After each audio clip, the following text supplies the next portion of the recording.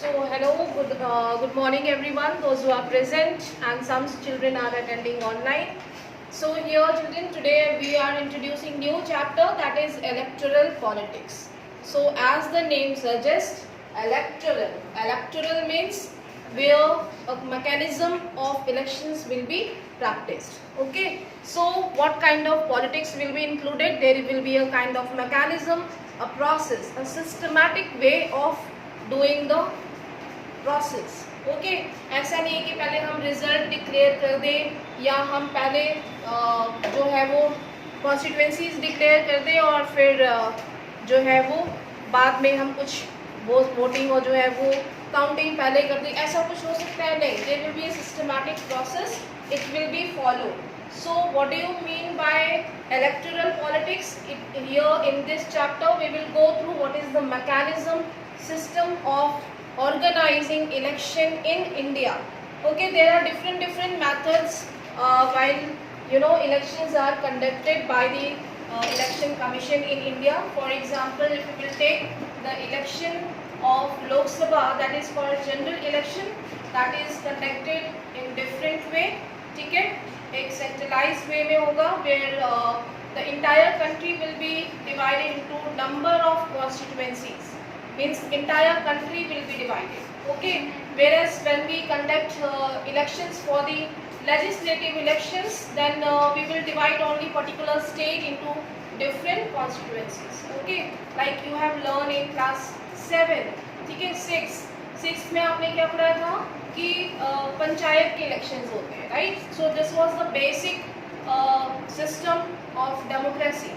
ठीक है, it is the smallest system of democracy where we conduct election on a very small scale in rural areas as well as in cities. ठीक है, जिसको हम wards के district के administration कहते हैं, जहाँ पे डिस्ट्रिक्ट का एडमिनिस्ट्रेशन होता है और दूसरा रूरल पंचायत का। ठीक है, तो वो स्मॉल फॉर्म ऑफ डेमोक्रेसी है जहाँ पे कि हम बहुत ही स्मॉल वे में इलेक्शन ऑर्गेनाइज करते हैं। ठीक है, and where we divide into different wards, that is also based on the population.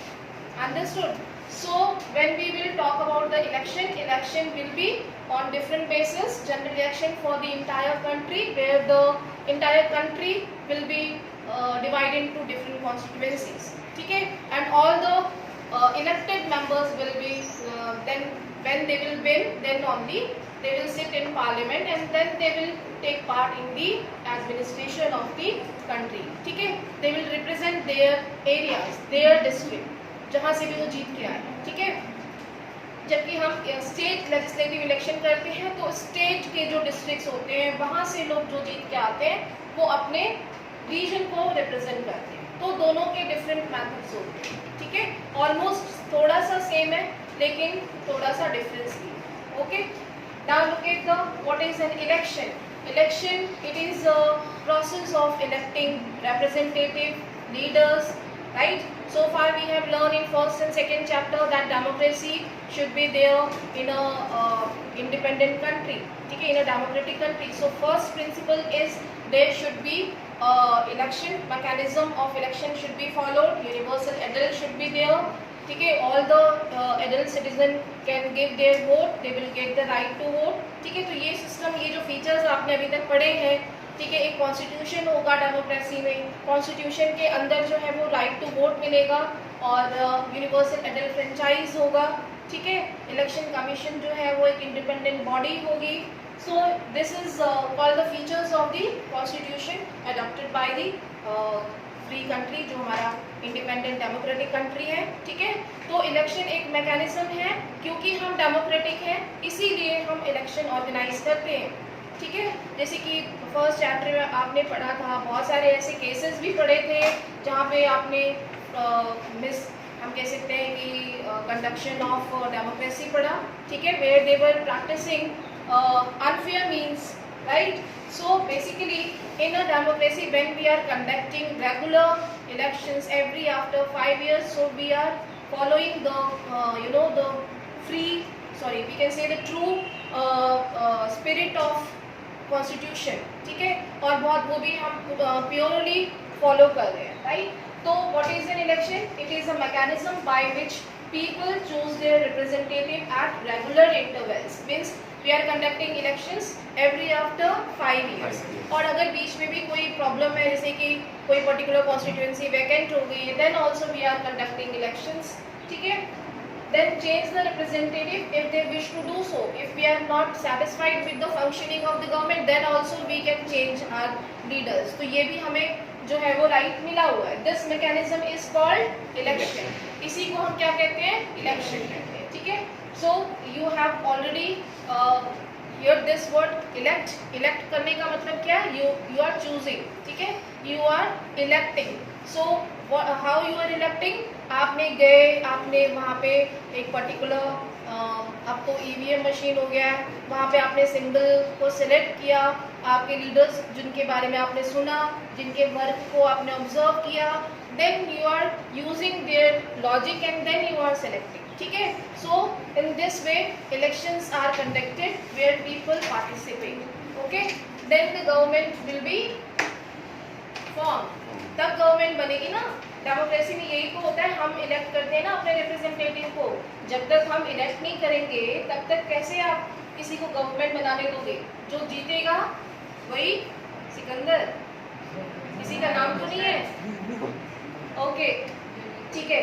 So why there is the need of elections? This question comes, very basic question. भाई election हम कर रहे हैं तो हमें रूलर की जरूरत है, तभी तो हम कर रहे हैं. ठीक है. क्यों जरूरत है? क्यों? क्योंकि हमें कंट्री को एडमिनिस्टर भी तो करना है. इतनी बड़ी पॉपुलेशन अभी तक पढ़ते आए हैं, कैसे गवर्न करेंगे? सब लोग जाएंगे पार्लियामेंट में गवर्न करने, तो क्या होगा? लड़ाई झगड़े हो जाएंगे, दंगे फसाद हो जाएंगे. लोग कहेंगे नहीं ऐसा होना चाहिए, आप कहोगे नहीं मैं सही कह रहा हूँ, है ना. तो बहुत सारे एग्जाम्पल्स आप पढ़ चुके हैं. There will be one empire who takes decision and who knows rules and regulation. Okay. So here we will elect leaders with the process of elections, and these rulers, these will be the representatives, those who will win in elections. They will represent you. ठीक है. जिनको कि आपने elect किया है वो लोग आपको रिप्रेजेंट करेंगे असेंबली में. ठीक है. आपने इसीलिए सिलेक्ट किया ना ताकि वो जाए आपको रिप्रेजेंट करें आपने, या तो सिर्फ आप नहीं बल्कि ऐसे बहुत सारे लोग जब पूरी नेताओं को वोट देंगे तो वो जीतेंगे और तब वो इलेक्ट होंगे. ठीक है. अगर कुछ लोगों को कंफ्यूजन होगी तो वो लोग उसको वोट नहीं देंगे, मे बी अपनी चॉइस के लीडर को दें. तो ये डिपेंड करता है. ठीक है. कैसे जीतना. Why do we need election? Here some reasons are given. Elections take place regularly in any democracy. There are more than 100 countries in the world. We have learned in first chapter. Map is given. Almost कितने countries जो है वो democracy है अब तक दिया है ना बुक में, कितने? मोर देन 100 है ऑलमोस्ट. ठीक है. So in the world they are organising elections to choose their rulers. Yes. Is there anyone who want to give answer? Yes please tell. Simarjot, Shubham, Vaibhav, you are telling something? Okay.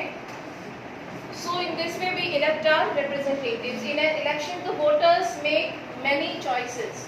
ठीक है. एक election में voters के पास बहुत सारे choices हो सकते हैं. ठीक है. कोई एक ऐसा पर्टिकुलर कैंडिडेट तो स्टैंड नहीं करता है किसी एक रीजन से, कई सारे हो सकते हैं. ठीक है. आप अपने रीजन की पॉपुलेशन को ऑलमोस्ट अगर किसी जगह पे 10 लाख पॉपुलेशन है तो वहाँ से 10 लाख में से ऑलमोस्ट कम से कम 10 कैंडिडेट तो जो है वो नॉमिनेट होंगे. ठीक है. It depends, they will come from different political parties. ठीक है. ये उनके अपने एजेंडाज होंगे, अपने इश्यूज होंगे जिसके लिए वो स्टैंड कर रहे हैं पार्टी. ठीक है. And it is up to the population कि वो कौन सी आइडियोलॉजी को फॉलो करते हैं. ठीक है. And accordingly they will elect their leaders. Okay, so they will choose their representative, and in election the voters make many choices because they have huge list of the leaders. उसमें से वो जिसको भी देना चाहे. ठीक है. Then they can choose who will make laws for them. किसको choose कर रहे हैं? जो उनको रिप्रेजेंट करेंगे, आगे जाके गवर्नमेंट बनाएंगे, और जब वो गवर्नमेंट बना देंगे तब फिर वो आपके लिए पॉलिसीज प्रोग्राम बनाएंगे. जैसे कि अगर कोई आपके रीजन से, आपके क्षेत्र से आया है तो वो आपके लिए कोई स्कूल खोलना चाहेगा, कोई हॉस्पिटल बनाना चाहेगा, कहीं पे सड़क अच्छी नहीं तो सड़क बनाना चाहेगा. ठीक है. और आपके मे बी एरिया में जो भी इश्यूज होंगे उनको वो रिप्रेजेंट करेगा, आपके वेलफेयर के लिए काम करेगा, वो लॉज बनाने के काम करेंगे, ठीक है। Then they can choose who will form the government and take major decisions. Obviously they can choose the party whose policies will guide the government and law making. So it is up to the people who will be good political party, what are their work performance, क्या है, किसने कौन सी party ने अच्छा काम किया था, है ना। तो ये सब जो है वो जनता ऑब्जर्व करती है, पब्लिक जो है वो ये ऑब्जर्व करती है and then they will discuss and according to the function, according to the work they will elect their leaders, ठीक है। किसका अच्छा काम है तो ये गवर्नमेंट डिसाइड नहीं करती, ये लोग डिसाइड करते हैं, ठीक है। तो ये पीपल्स ओपिनियन मैटर्स, अंडरस्टूड। जो लोग हैं वही जनता ही जो है वो गवर्नमेंट बनाने का काम करती है और गिराने का भी काम करती है ना। Is it good to have a political competition? क्या ये सही है कंपटीशन होना? So you have to justify then. How can you justify? What are the reasons? Why it is good? And then only we can find the best one. Yes. अगर competition नहीं होगा तो कैसे पता चलेगा? जैसे मैं एक क्लास में ऑर्गेनाइज करती हूँ क्विज कंपटीशन, तो मुझे कैसे पता चलेगा कि कौन कौन अच्छे बच्चे हैं, कौन अच्छा काम कर रहे हैं, कौन तेज है, किनकी अच्छी परफॉर्मेंस है ना। तो जैसे कि कुछ बच्चों ने बहुत अच्छा किया, मान लो 10 बच्चों ने अच्छा किया तो 10 बच्चों को मैंने इलेक्ट कर लिया। सिमिलरली आप लोग भी ऐसे ही करोगे, जब तक कंपटीशन नहीं होगा। How do we come to know कि this party has got the majority? इनके ज़्यादा नंबर आए हैं, ठीक है, ज़्यादा लोगों ने इनको सिलेक्ट किया है, तो whosoever will got the majority they will form the government. Okay, so political competition is very important. Only then we will come to know that the people's choice, what is the choice of the people. Okay, then next point, anybody else want to tell? Yes, no, it is written here. Political competition क्यों जरूरी है? देखो, जो हमारे country, हमारे देश में क्या होता है कि जो इलेक्शन है ना, जो चुनाव आते हैं तो हम एक फेस्टिवल मनाते हैं। फेस्टिवल होता है चुनाव का फेस्टिवल, ठीक है। जैसे होली दिवाली आती है वैसे हर 5 साल पे एक फेस्टिवल आता है, वो है चुनाव, ठीक है। That is election process. So what is election process? Basically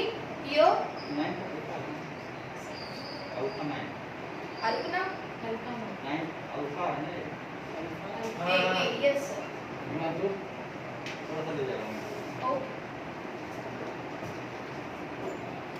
okay.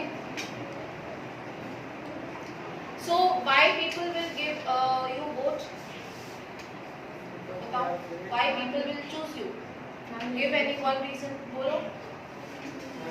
Choose the best representative or the leader. Yes. That हम वो हमारे जो हमारी आइडियोलॉजी पे काम करेगा। Exactly. Anybody else? बोलो।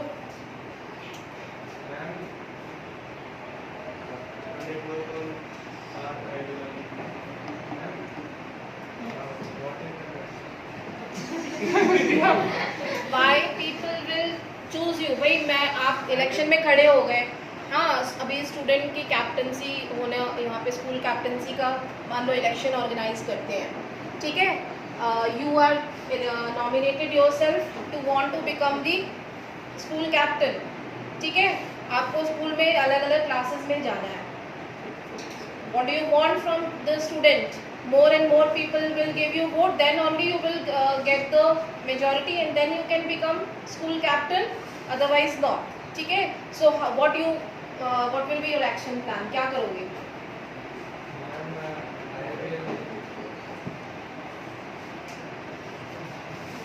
भाई सिंपल सी चीज़ है, क्या करोगे? अच्छी अच्छी बातें करोगे ना, अच्छी प्रॉमिसेस करोगे, वादे।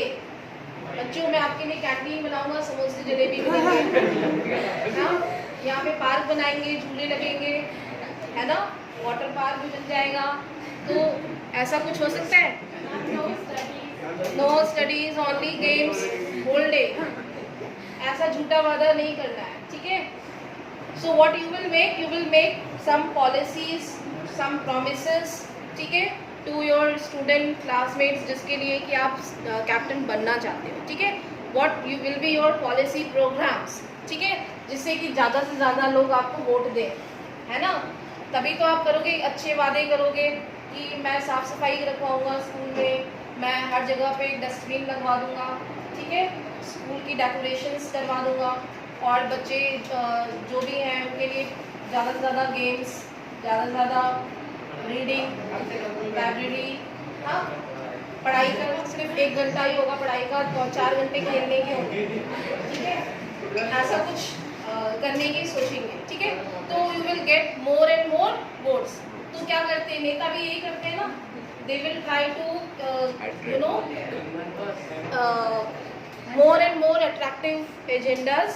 आइडियोलॉजीज तो होती ही हैं, कुछ पॉलिटिकल पार्टीज हैं, they can include such you know good promises जो कि आगे जाके नहीं करते हो फॉलो, ठीक है. But not all the political parties. Basically जो पॉलिसीज होती है आपकी पॉपुलैरिटी, आप कितने पॉपुलर हो, कितने अच्छे स्पीकर हो, है ना, आपकी बातों पे लोगों को भरोसा है कि नहीं, ट्रस्ट है कि नहीं, ठीक है. They should be trust also among the people कि आप पे सिटीजन जो है वो ट्रस्ट करें, ठीक है. तो यहाँ पे आपके चांसेस जो है इन्हांस होते हैं विक्ट्री के, ठीक है. मोर and more people will give you won't. Sit down.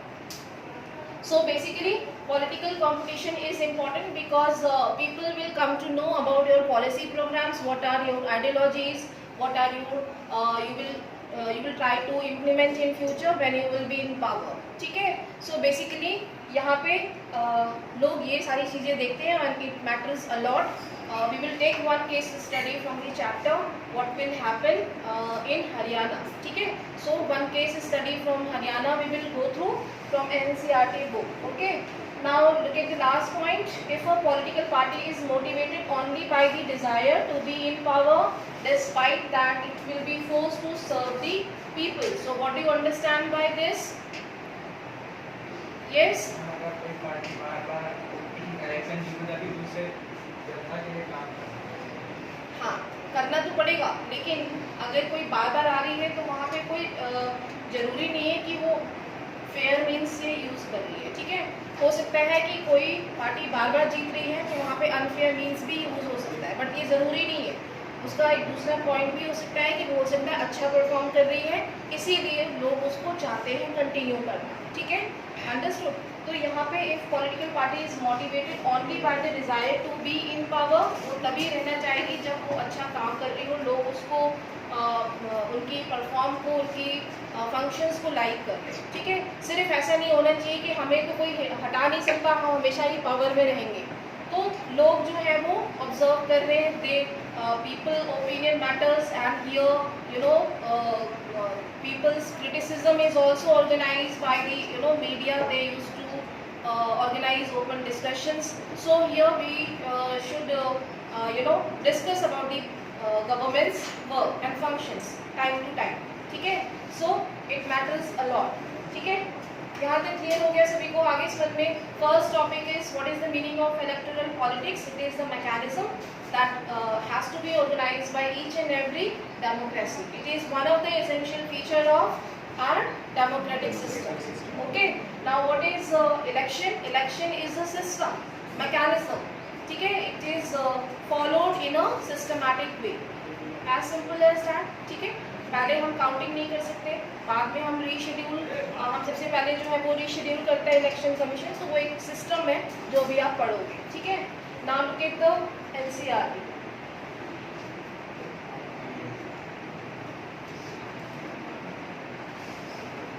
This I hope those who are online they can see.